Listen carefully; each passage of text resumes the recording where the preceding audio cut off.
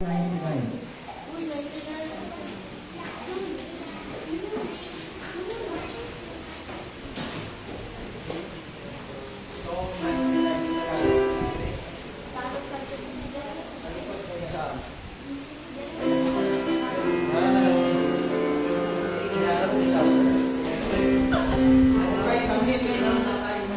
So number 99, Tagalog, Santos po yan. Okay, tamis ng Nanay Jesus.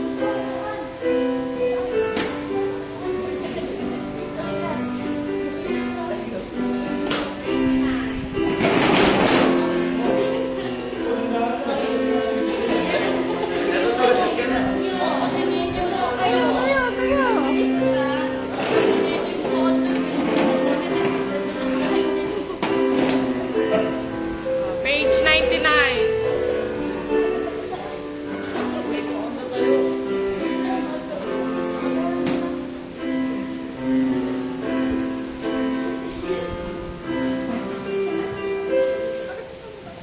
Page 99, Tagalog po. Nakita niyo po? Okay. At diba? Nakikita. Nakita niyo?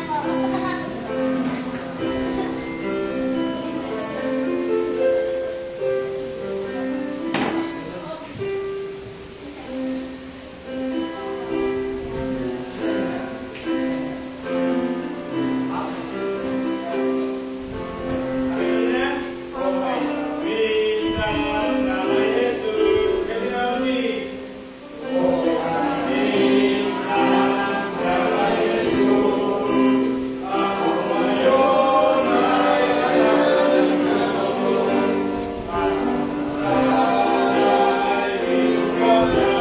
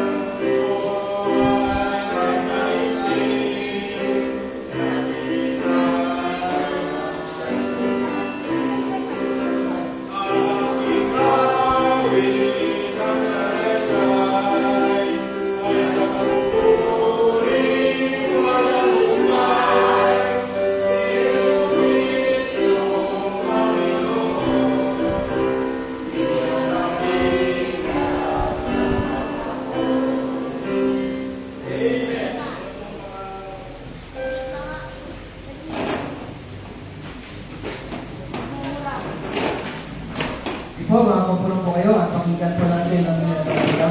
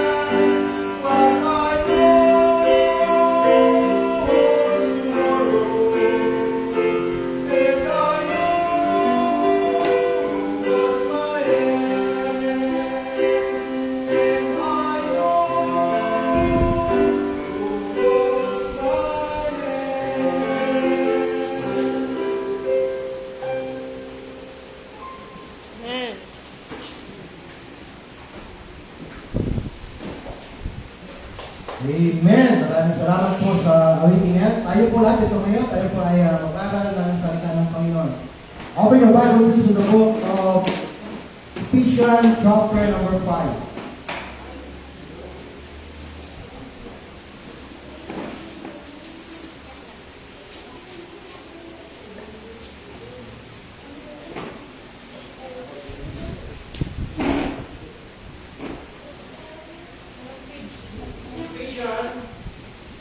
Ephesians chapter 5.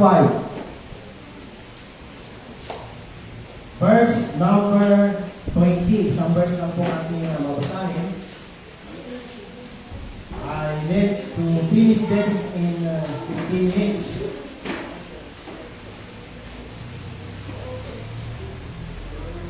Ephesians chapter 5.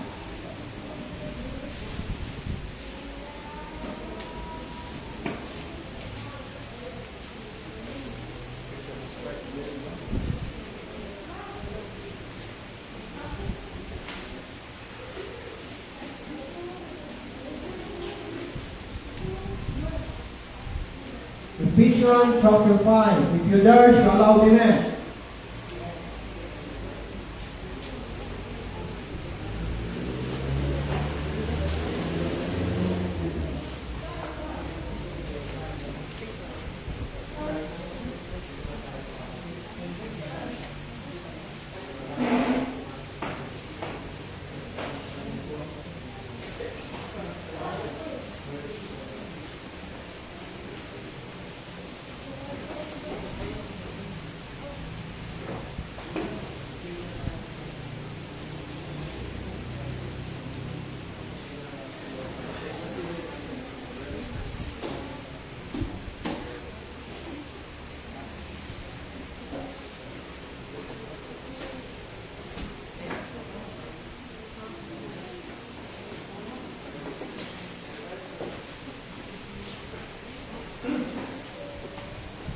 Ephesians chapter 5, verse number 20. If you dare, shout out amen. Wala pa, ibig sabihin wala pa. Okay, sige. Diyan na po.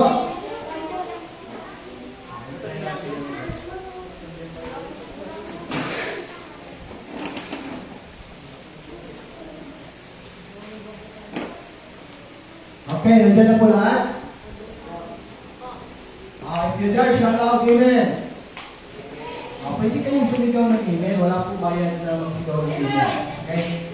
Kapag tinanong ko kung kayo nandyan hindi kayo sumigaw ng amen kung nandyan ako. Okay? If you dare, shout out amen. Amen. Okay? Kasi kulang pa sa lakas. Kailangan yung buhay. Okay, ulit natin. If you dare, shout out amen. Amen. Yan po yung tama. Bakit? Salita ng Diyos yung ating babasahin. Kaya dapat masigla tayo. Hindi tayo malungkot. Amen? Okay, basahin natin ang sabay-sabay. Ephesians chapter number 5, verse number 20. Read now. Read. Giving thanks always for all things unto God and the Father in the name of our Lord Jesus Christ. Okay? Napakaganda po. Napakaganda ng salita ng Panginoon. Isa pa. Basahin natin ang isa pa. Read now. Read. Giving thanks always for all things to God and the Father in the name of our Lord Jesus Christ. Okay, tayo po muna yung nalangin. Close your eyes. Close your eyes. Let us pray. Kakilala namin Diyos na mas makapangyarihan sa lahat. Maraming salamat po sa oras na aming po gagamitin. Maraming salamat sa inyong salita na aming po pinasa. Dalangin ko, Panginoon, na ikaw bukas sa aming mga puso at isipan upang ang iyong salita ay malaya namin maunawaan upang magkaroon po ito ng epekto sa puso at sa buhay ng bawat isa sa amin. Bigyan niyo po ako ng karunungan sa aking sarili, wala po akong kakayanan. Patawad po sa aking mga pagkukulang pagkakasala. Ang lahat ng ito, hindi namin dalangin sa matalis na pangalan ng aming Panginoong Isus. Amen! Okay, sige po, makakapunod po kayo. Maraming salamat po sa inyo pong pagtayo. At ang sabi po ng Biblia, ngayong umaga ay I'm going to talk to you about giving thanks always for all things unto God. Nang ibig sabihin, dapat tayo po bilang isang mga anak ng Diyos, dapat po tayo ay nagpapasalamat sa Panginoon. Amen? Kaya itong bagong taon, ngayon ay January 9, 2020. Kailan ka ba lumuhod at kinausap mo ang Panginoon at ikay nagpapasalamat? Panginoon, maraming salamat po sa bagong taon na pinagkaloob mo sa amin. Maraming salamat na hindi kami naipintuhan ng pandemic COVID-19. Kailan ka ba nilulumuhod at nagipag-usap sa Panginoon? Panginoon, maraming salamat na hindi mo kami pinabayaan, hindi kami nagkasakit, hindi kami na-aksidente, hindi kami nawala ng mga kain. Kaya nga sabi ng Bible, giving thanks always for all things. So dapat tayo po ay bilang isang Kristiyano, ugali natin na dapat tayo, anumang bagay ang ating gagawin, anumang bagay ang ating pong nakamit, anumang bagay ang nagkaroon tayo ay dapat tayo ay nagpapasalamat sa ating pong Panginoon. Amen? Kaya nga sabi niya, giving thanks always for all things sa Tuhan. Anumang bagay yan, dapat tayo pinalapasalamatan natin ang Panginoon. Pag-ising mo kaninang umaga, pagdilat ng iyong mata, ikaw ay nakakapagsalita, ikaw ay nakatayo, ikaw ay nakakagalaw. Dapat ikaw ay lumuhod at nagpapasalamat sa Panginoon. Maraming salamat po, Panginoon, sa panibagong kalakasan na pinagkaloob po sa akin ngayong umaga. Alam niyo, may mga tao, pag-ising nila sa umaga, hindi na sila makagalaw. Nandun na sila sa ospital. Sila pala ay na-stroke na. Amen? Yung iba naman, hindi na sila nagising. Kaya nga, maraming salamat na kung tayo kanina pagdilat ng mata natin, nakakapagsalita, nakakapagtayo, nakakagalaw, dapat tayo ay magpasalamat sa Panginoon. And then, hindi lang yan. Pagkagising mo kaninang umaga, mayroon kang makakain, mayroon kang pagkain, dapat tayo ay nagpapasalamat sa Panginoon. Dapat tayo pag-uupo sa lamisa at bago tayo sumubo ng pagkain, ay dapat tayo ay pumikit at magpapasalamat sa Panginoon. Panginoon, maraming salamat sa pagkain pinagkaloob mo sa akin. Amen? Kaya nga sabi ng Bible, giving thanks always for all things unto God. Kaya nga dapat tayo pasalamat. Maraming salamat na ako ay nandito sa simbahan na ito at nagkaroon ako ng buhay na walang hanggan. Amen? Ay kung wala kayo ngayon, nasaan kaya ngayon mga batang ito? Nasaan sila? Nandito sa laruan. Ano influence ang nakukuha nila sa pagkada? Amen? Kaya maraming salamat sa Panginoon. Kayo ay dinala ng Panginoon sa lugar na ito at may ginamit siyang tao para kayo ay makapagating at makapakinig ng salita ng Panginoon. Amen? Kaya giving thanks always for all things unto God and the Father in the name of our Lord Jesus Christ. Kaya nga dapat tayo lagi nagpapasalamat sa Panginoon. Amen? Papasalamat. Ano mang bagay niya, dapat papasalamat tayo sa Panginoon. At mayroon tayong mga apat na bagay na kailangan natin ipagpasalamat sa Panginoon. Number 1, giving thanks to God the Father. Bakit kailangan natin pasalamatan ang ating Diyos Ama? Colossians chapter 1 verse 12. Look at your Bible. Colossians chapter 1 verse number 12. Okay, pag bubuklat po kayo ng Bible, tatandaan niyo po yung ating text, Ephesians. Tandaan niyo po, tutupiin niyo po yan. Para pag nabasa na natin yung ating pagsusunod na bubuksan ng Bible, ay makakabalik agad tayo doon sa ating pong text.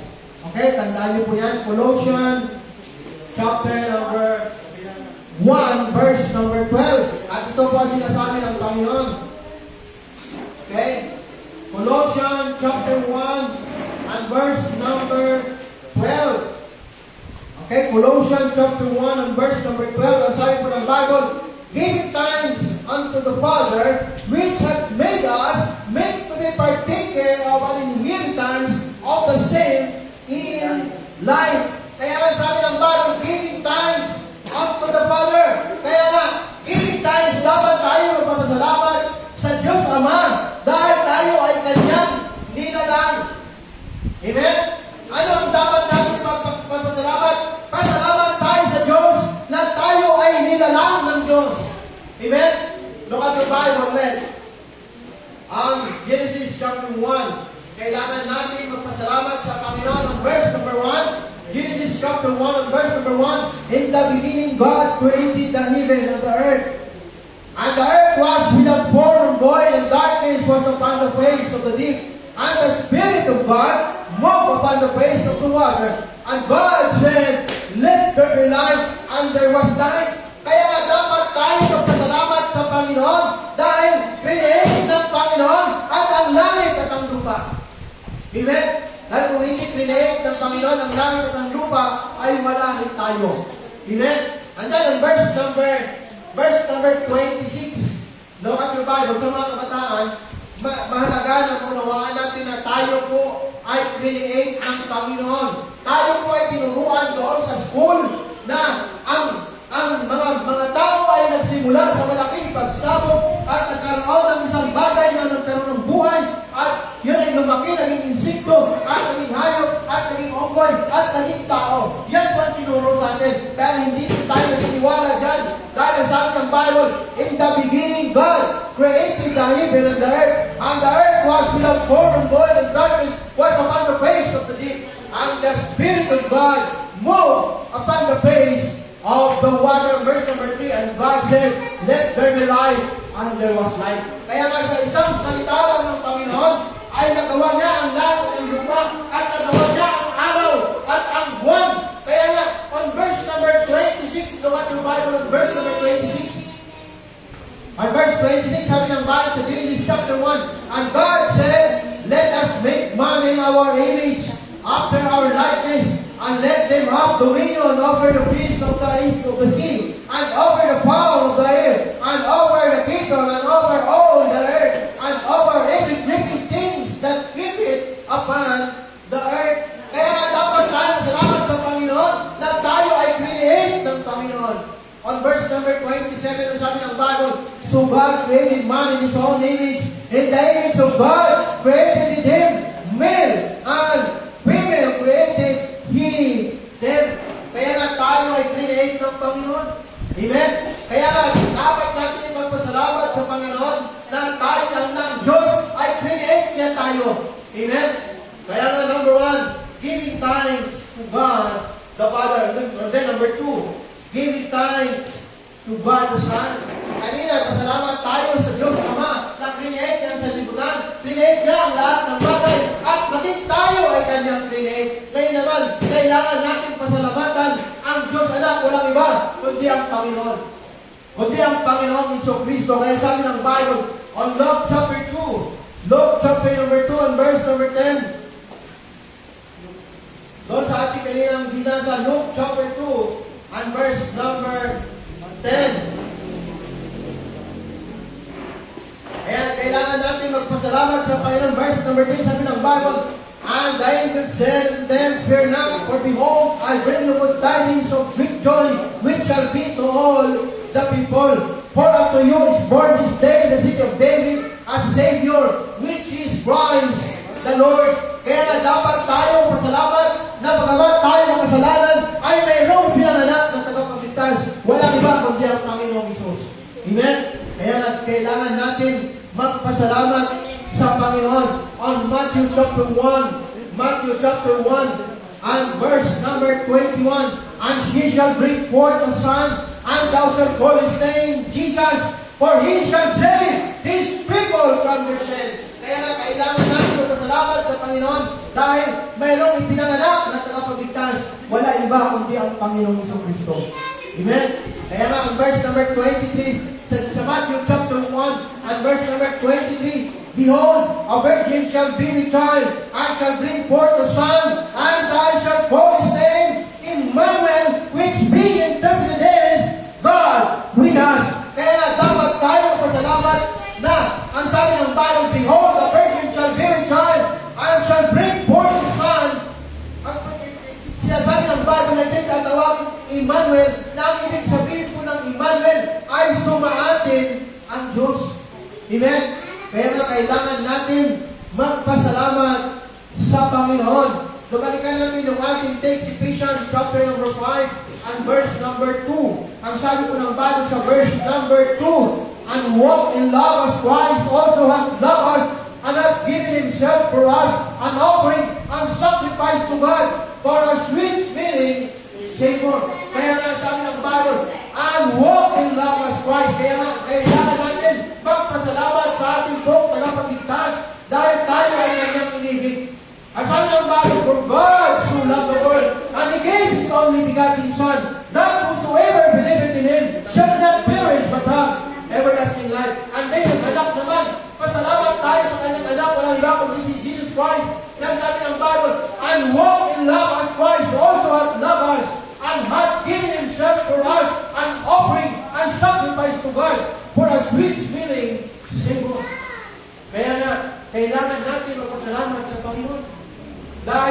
Inibig niya tayo. Na dapat tayo pupunta sa impyerno para pagbayaran natin ang ating mga kasalanan. But praise the Lord, minahal tayo ng Panginoon. Amen? Minahal tayo ng Panginoon. On Revelation, chapter number 1, verse 5. Revelation chapter 1 and verse number 5. Disciple ng Bible. Revelation chapter 1. Look at your Bible. Look at your Bible in Revelation 1. Verse number 5. Revelation chapter 1. Revelation chapter 1 and verse number 5. Ito pong sinasabi ng Bible sa verse number 5. And from Jesus Christ, who is the faithful witness, and the first begotten of the dead, and the prince of the king of the earth, and to him that loved us, and washed us from our sin in His own blood. Amen? Kaya nga maraming salamat, mayroong ipinanganak na tagapagligtas, and then maraming salamat, mayroong namatay, inilibing, at muling nabuhay para pagbayaran ang ating mga kasalanan. Hindi natin kayang bayaran ang kasalanan natin. Kundi ang sabi ng Bible dito sa ating binasa sa verse number 5, and from Jesus Christ, who is the faithful witness, and the first begotten of the dead, and the prince of the king of the earth, and to him that loved us, and washed us from our sin in His own blood. Ang dugo ng Panginoon ang naghugas sa ating mga kasalanan. Kailanman na hindi natin kayang linisin ang ating sarili. Kailanman na hindi tayo kayang iligtas ng ating mga mabuting gawa. Kailanman na hindi tayo maliligtas pag sumanib tayo sa isang reliyon. Ang sabi ng Bible, si Jesus Christ lamang wash us from our sin in His own blood. Kaya na ito kailangan natin maunawaan na ang kaligtasan natin ay pinaghirapan ng Panginoon doon sa krus. Ay makita natin, kailangan natin makita yung kanyang ginawa. Binuhat na yung krus. Bagamat mayroon siyang puro ng tinik at duguan ng kanyang buong katawan. At alam niyo naman, pag kayo magsugat at pag nagbuhat kayo ng mabigat, habang paakyat ay bumubukal ang dugo sa inyong mga sugat. Bakit lumalabas at ang dugo doon sa ating sugat? At makita natin namin ng Bible si Jesus Christ ay hindi na siya makikilala dahil pulo-pulo na siya ng dugo sa kanyang buong katawan. At yung tinik, at yung puro ng tinik na nakabaon sa kanyang ulo ay tumatakas yung dugo sa kanyang mukha. Ang sabi ng Bible, para lamang sa atin. Mag-ibig sabihin, ang Panginoon ay nagsakripisyo para sa iyo at para sa akin. Pero kung ating people ngayon sa labas, wala silang panahon makinig ng salita ng Panginoon. Wala silang makinig, wala silang time na pumunta ng simbahan. Pero kung makita nila ang ginawa ng Panginoon doon sa krus, ay mula bago niya buhatin yung krus, ay mayroong tinatawag na scourging. Ang ibig sabihin ng scourging ay hinataw siya ng mga panghataw na mayroong mga tinik na bakal doon sa dulo.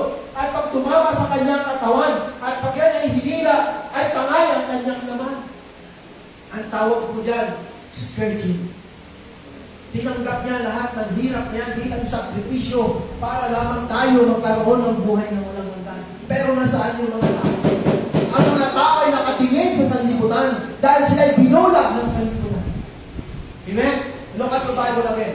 Ang sabi ng Bible sa verse number 8, on verse number 8, I am Alpha and Omega, the beginning and the ending, saith the Lord which is and which was and which is to come, the Almighty. Kaya nga si Jesus Christ, ang Diyos anak, ang ating dapat pasalamatan dahil ibinigay niya ang kanyang sarili, dumalak ang kanyang dugo doon sa cross ng Kalbaryo para lamang sa atin, magkaroon tayo ng kapatawaran sa ating mga kasalanan. Amen? I am Alpha and Omega, the beginning and the ending. Si Jesus Christ ang simula at siya rin ang katapusan. Amen? Kaya na makita natin kung paano mga tao, bakit sila ay natigas ang kanilang mga puso. Look at your Bible. Look at your Bible. 2 Corinthians chapter 4 and verse number 4. 2 Corinthians chapter 4 verse number 4. Ito pa ang sinasabi ng Bible sa 2 Corinthians chapter 4 and verse number 4. Sundan niyo po ako doon sa 2 Corinthians chapter 4 and verse number 4.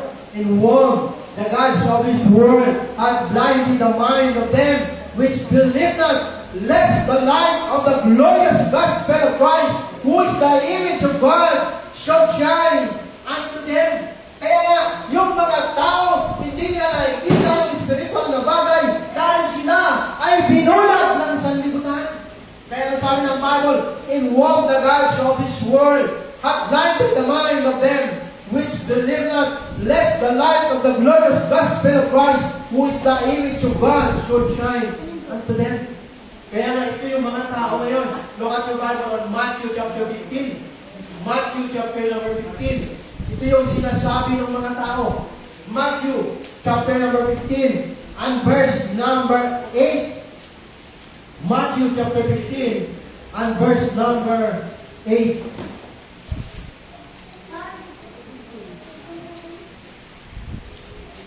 Matthew chapter 15 and verse number 8. Ang sabi ng Bible, these people draw it nigh unto me with their mouth and honour me with their lips, but their heart is far from me. Yung mga tao tumawag ng Diyos ko, Diyos ko, Diyos ko, Diyos ko, pero yung puso nila ay malayo sa akin. Kaya nawala sila ngayon dito sa bahay-sambahan ng Panginoon dahil yung kanilang puso ay malayo sa Panginoon. Kaya na may tatlong bagay na dahilan kung bakit ang tao ay napapahamak ng panahon ni Hosea. Okay? Look at your Bible again. Hosea. Book of Hosea. May tatlong bagay kung bakit napapahamak ng mga tao. Hosea.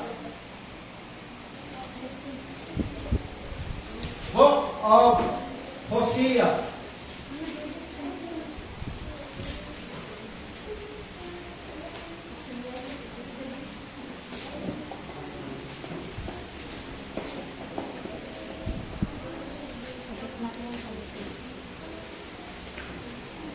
Hosea chapter number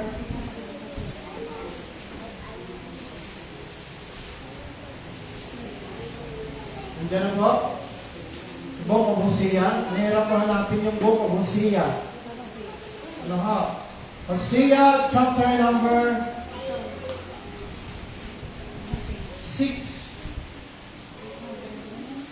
Hosea chapter 4 verse 6. Hosea chapter 4 verse number 6. This is the three things that yung mga tao doon sa Israel ay napapangamak. Nais kong ay ituro sa inyo kung ano ang dahilan kung bakit ang mga tao doon sa Israel ay napapahamak. Hosea chapter 4. Hosea chapter 4. Nandiyan na? Wala pa? Wala pa dito sa chapter 4 verse 6. Okay, basahin natin. Hosea chapter 4 verse number 6. Okay, sabi ng Bible, verse number 6, my people are destroyed. Bakit napapahamak yung mga tao doon sa Israel noong panahon ni Hosea? Number 1, for lack of knowledge. Kaya sila napapahamak dahil kulang sa kaalaman ng salita ng Panginoon. Number 2, because thou hast rejected knowledge. Ay kaya ang dahilan kung bakit napapahamak yung mga tao. Una, dahil sila ay kulang sa kaalaman ng salita ng Diyos. Walang panahon mag-aral ng salita ng Diyos. Walang panahon magbasa ng salita ng Diyos. Ang pangalawa kung bakit sila ay napapahamak dahil nire-reject ang salita ng Panginoon. Pagpapunta ka pa lang sa kanila na nakita nila may daladala ang Bible, sila ay lalayo na. Ang ibig sabihin, nire-reject nila ang salita ng Panginoon. Kaya ang dahilan kung bakit sila napapahamak. And then, yung pangatlong bagay ay forgotten the law. Nakalimutan na ang batas ng Panginoon. Nakalimutan na ang salita ng Panginoon pag nandun na sa kasiyahan. Kaya nga nang January, unang linggo ng 2022 ay busy ang mga tao. Saan sila busy? Sa inuman. Kahit saan ako mapunta, pag inuman, pag inuman na kabila, inuman, wala akong masyuran, bakit ko nalang sila? Busy sila. Amen? Kaya napapahamak. kulang sa kaalaman ng salita ng Diyos, rejected the Word of God, forgotten the law. Kaya nga yung tatlong bagay, ang dahilan kung bakit maging ang ating ngayong bansa na naghihirap dahil kulang din sa salita ng Panginoon. Amen? Kaya nga, giving thanks always for all things unto God, number 1, giving thanks to God the Father, number 2, giving thanks to God the Son, and then number 3, giving thanks for the church. Kaya nga, maraming salamat ang Panginoon nag-build ng church sa Matthew 16:18, and upon this rock, I will build my church. Kaya nga, maraming salamat, Christian Bible Baptist Church, Los Baños, at tayo isinit dito sa lugar na ito. Binigyan tayo authority na mangaral, kaya kayo naman ngayon ay nandito. Amen? At makita natin kung kunti pa lang tayo ngayon, pero makita natin 1 taon, 2 taon, 3 taon, 5 taon, puno na tayo. Bakit? Yun ang promise ng Panginoon. Nagsimula po tayo dito ay November 7. So, noong January 7 ay 2 buwan na po tayo. Amen? Kaya nga, kayo ang nakasaksi kung gaano tayo karami nung magsimula. I hope na pagdating ng mga ilang taon ay nandito pa rin kayo at nakikita nyo kung paano kumilos ang Panginoon sa lugar na ito. Amen? Kaya nga alam nyo, ito yung kailangan ng tao. Kailangan ng tao ay magkaroon ng kaalaman sa salita ng Diyos. So paano siya magkaroon ng kaalaman? Bible study. Amen? And then ano ba? Punta rin sa church para makinig ng salita ng Diyos, para tumibay ang ating mga nananampalataya. Faith cometh by hearing, and hearing by the word of God, sa pamamagitan ng pakikinig ng salita ng Diyos. And then rejected, nire-reject ang salita ng Panginoon, kaya sila napapahama. Amen? Giving thanks for the church. Maraming salamat sa simbahan ito na narating tayo ng salita ng Panginoon. And then the last 4 things that we need to all to understand. Giving thanks always for all things to God. Number 1, giving thanks to God the Father, giving thanks to God the Son, giving thanks for the church, and then the last, giving thanks for the pastor. Amen? Kailan ka ba? Kailan ka ba nakarinig ng salita ng Diyos? Kailan ka ba binahagian ng salita ng Diyos? At nagpapasalamat ka, Panginoon. Maraming salamat sa salita mo na nakarating sa akin. Hindi ko naman kilala yung taong yun, pero siniran ako ng salita ng Diyos. Ang ibig sabihin, ang Diyos ay nagsuko ng tao para ikaw ay makakilala sa Panginoon. At tanggapin mo siya sa puso mo bilang sariling tagapagligtas para ikaw naman ay magkaroon at makamit ang buhay na wala hanggan. Amen? Kaya nga, bihira ang magsuko ng buhay sa gawain ng Panginoon. Tulad ko, ako'y nag-design sa trabaho at nangaral ng salita ng Diyos. Tandaan ko ito sa pangangaral ay walang sweldo. Wala po sweldo dito. Amen? May mga iniwanan ako mga ari-arian doon sa lugar ng Kalamba. Pero lahat yan iniwanan ko. Bakit? Mas pinili ko yung kaluluwan ng mga tao sa lugar na ito. Amen? Nakikita natin yung spiritual na bagay na kung hindi tayo makarinig ng salita ng Diyos at kung hindi tayo mabagyan ng salita ng Diyos, maaaring tayo ay pupunta sa impyerno pag pinagyan tayo ng buhay ng Panginoon. Amen? At tandaan natin, hindi lang po yan ang ating kailangan ng unawaan. Dapat natin unawaan na tayo ay mamamatay. At ganito ang ating kalagayan pag tayo po'y namatay o pinubayo ng Luke chapter 16. Ganito ang kalagayan natin pag tayo ay namatay. Luke chapter 16. Matthew, Mark, Luke chapter 16.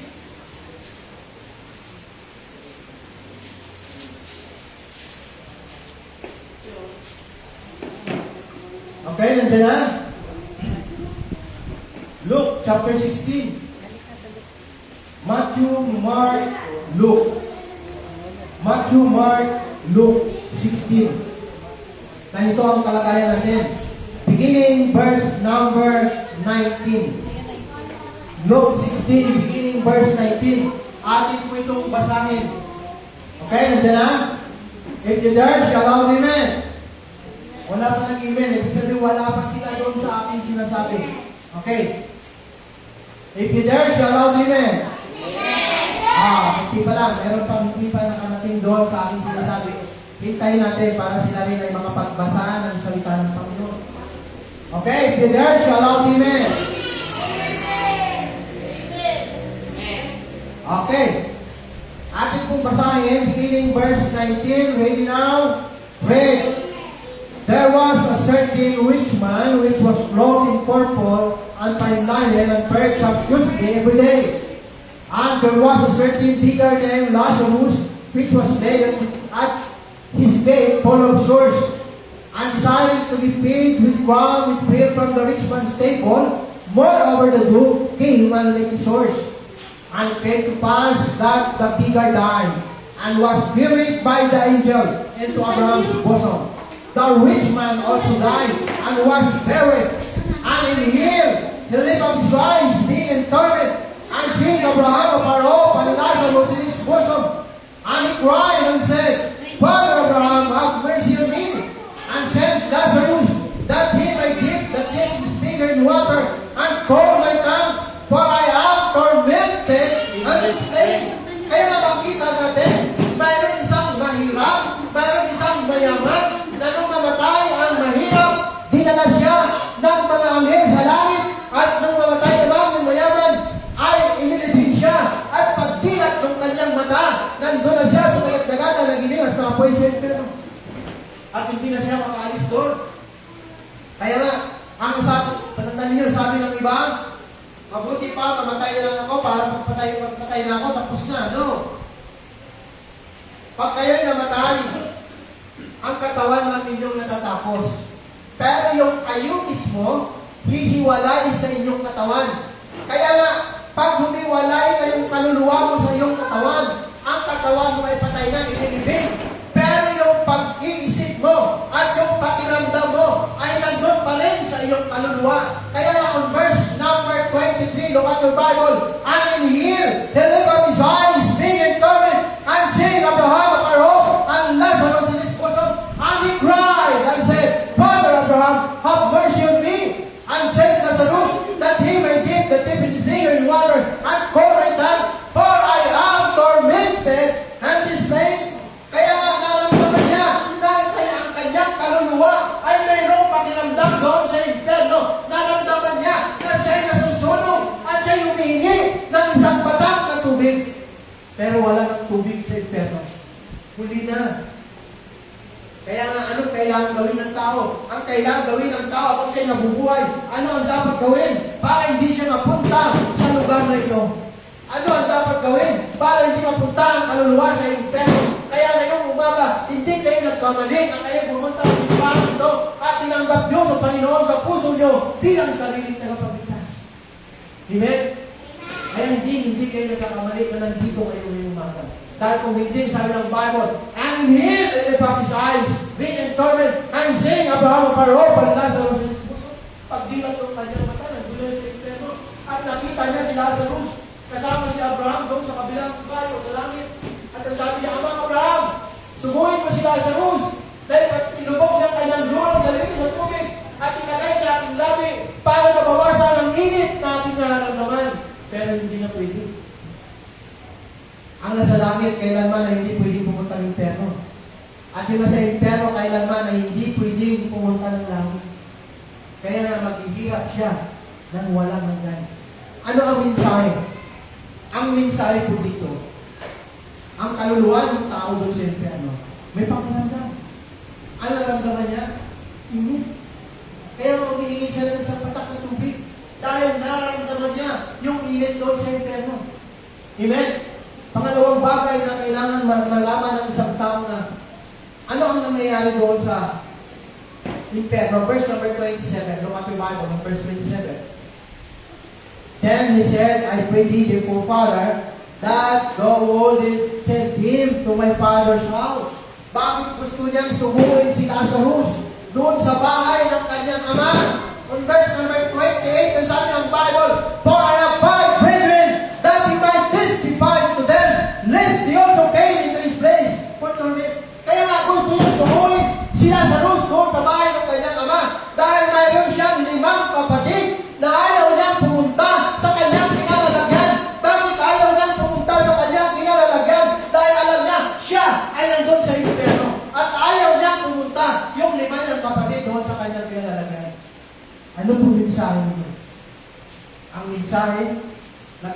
niya ng design na iligtas yung iba niyang kapatid. Pero hindi na siya makaalis sa impyerno. Ang pangalawang mensahe po dito ay, ang kaluluwa ng tao sa impyerno, mayroong pag-iisip. Sino iniisip niya? Yung lima ng kapatid. Kaya na hindi natin pwede sabihin, pag namatay tayo, tapos na, no.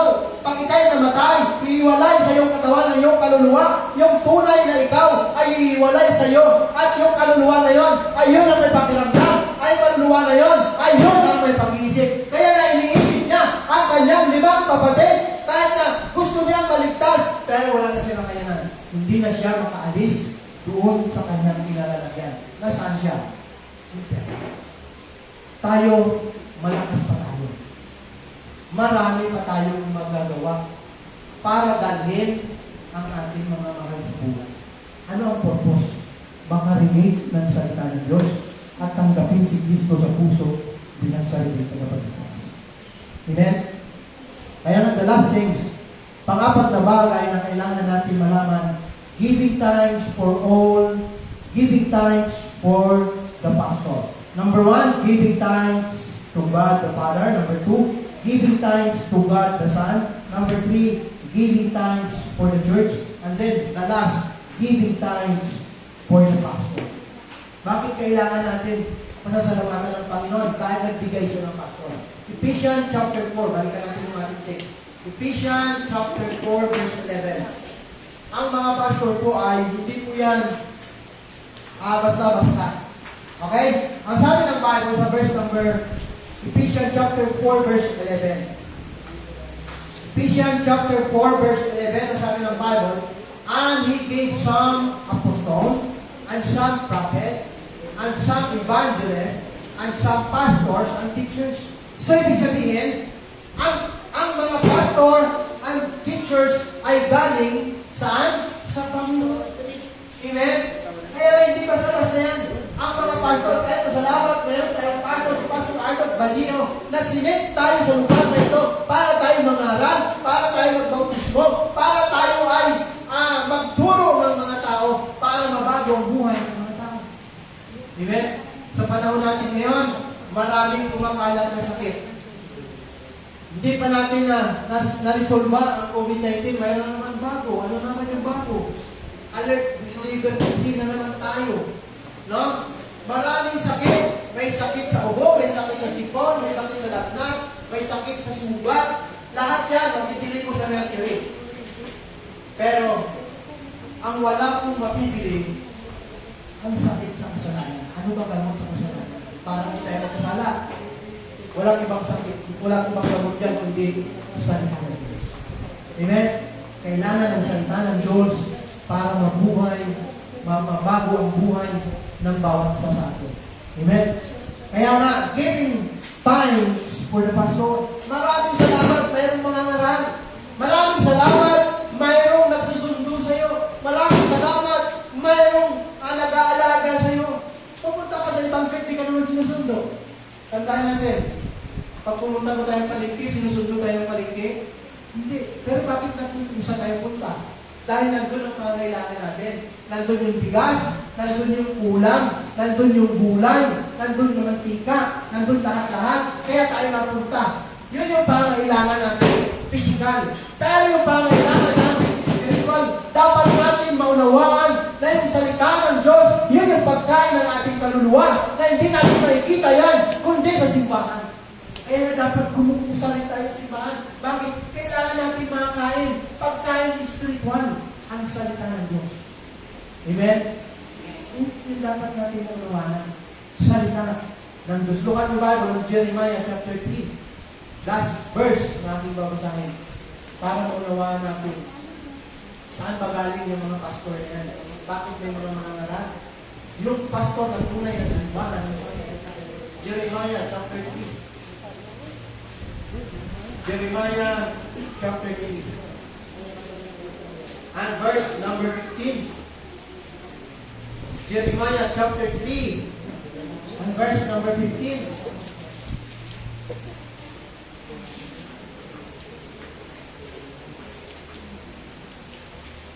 Jeremiah chapter 3 and verse number 15. If you are, shall out, amen. Jeremiah chapter 3, verse 15.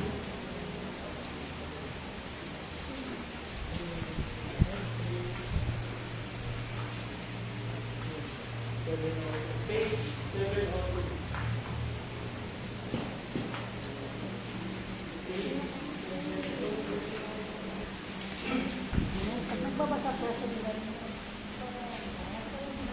Okay? Jeremiah 3:15. Basahin natin ang sabay-sabay. Wala pa rin ba? Basahin natin.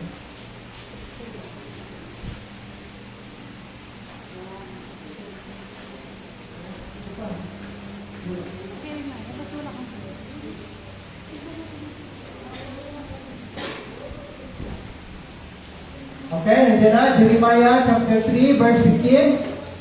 If you dare, shall allow the men. Wala pa. Kasi natin. If you dare, shall allow the men. Mahina, gusto ko malakas. If you dare, shall allow the men.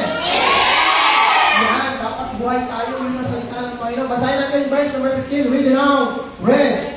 And I will give you pastor according to my heart, which shall feed you with knowledge and what? Understanding.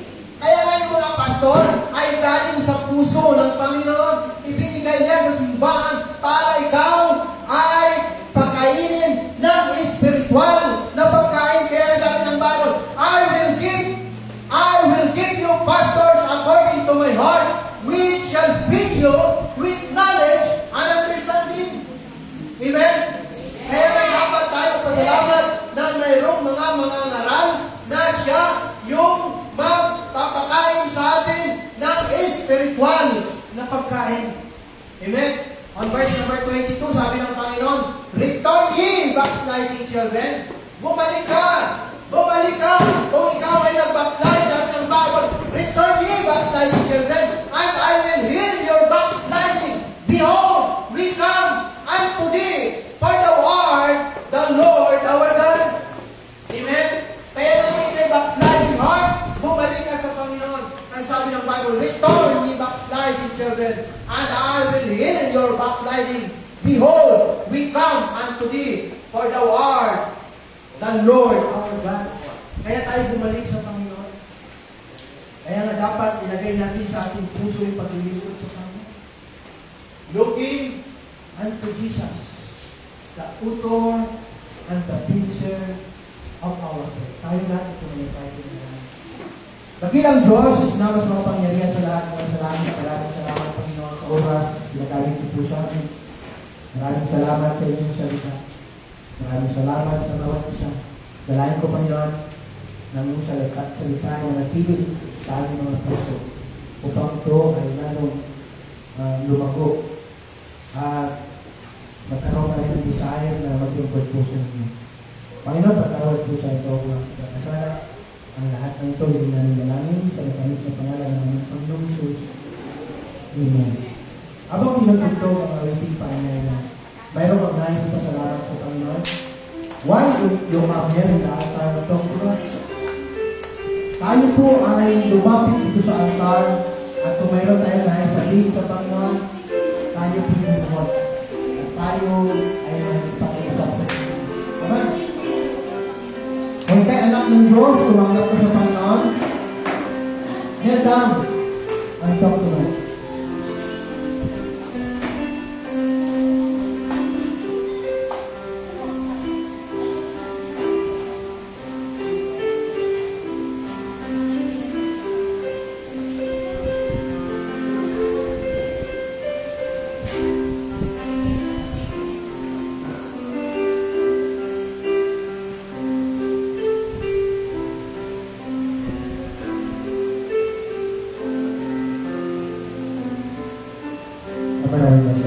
Maraming salamat po, Panginoon, sa inyo pong salita. Maraming salamat po na kinala mo kami sa lugar nito upang ikaw ay aking pong sa Panginoon sa ito at katutuhan. Panginoon, nalito po ang mga anak. Hindi ko alam kung ano na sila sabihin sa inyo. But I pray po na ikaw po ang magbigay ng kasibutan sa panalangin ng bawat kasama. ikaw po yung kadalanan ng solusyon. Meron sa amin na kailangan ng trabaho, ikaw po yung sila. Meron sa amin na karamdaman, ipulong mo kami ng ibang pamilya. At galahin ko rin Panginoon ang tawag, magtawag sa mga lalaki at mga babae para ito sinagawa. Magtawag ka po ng mga soluhin. Magtawag ka po ng mga asal. At magtawag ko po Panginoon ng mga awit. Panginoon, maraming salamat po sa inyong buong na ibigay doon sa krus ng Kalbaryo. Upang kami ay magkaroon ng kapatawaran sa ating mga kasalanan. Maraming salamat po sa buhay na walang ina namin po na kami. Dalahan ko Panginoon. May ka po mag-ingat sa amin. At pati ang amin po mga family ay makarinig po rin niyo sa ito. Baka kilala sa inyo at pagkaroon din sila ng buong walang ina. Ano man po karamihan ang itulisan ng mga puso, pinisilip po kami. At patawarin po kami ng pagkakulang po ng kasala. Sapagkat ang lahat ng ito nila ng dalangin sa matalis na pangalan ng aming Panginoon Jesus. Amen. Amen. At tayo po yung umawit.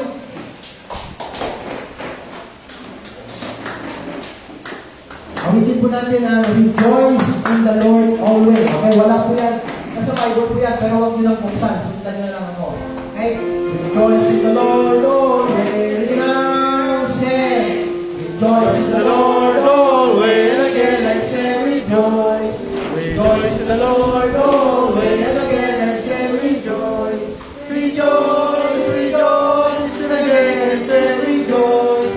Rejoice, rejoice. And again, I say rejoice. Rejoice in the Lord always. And again, I say rejoice. Dakilang Diyos na mas makapangyarihan sa lahat, maraming salamat po Panginoon sa inyo pong salita. Maraming salamat po sa encouragement. Maraming salamat po Panginoon sa bawat isa na pumunta po rito at dalahin po Panginoon ay balik po kami mamayang klasiko upang ikaw ang patuloy namin sambahin sa Espiritu at katotohanan.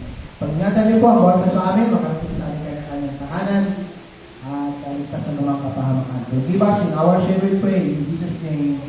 Amen. Amen. Maraming salamat po.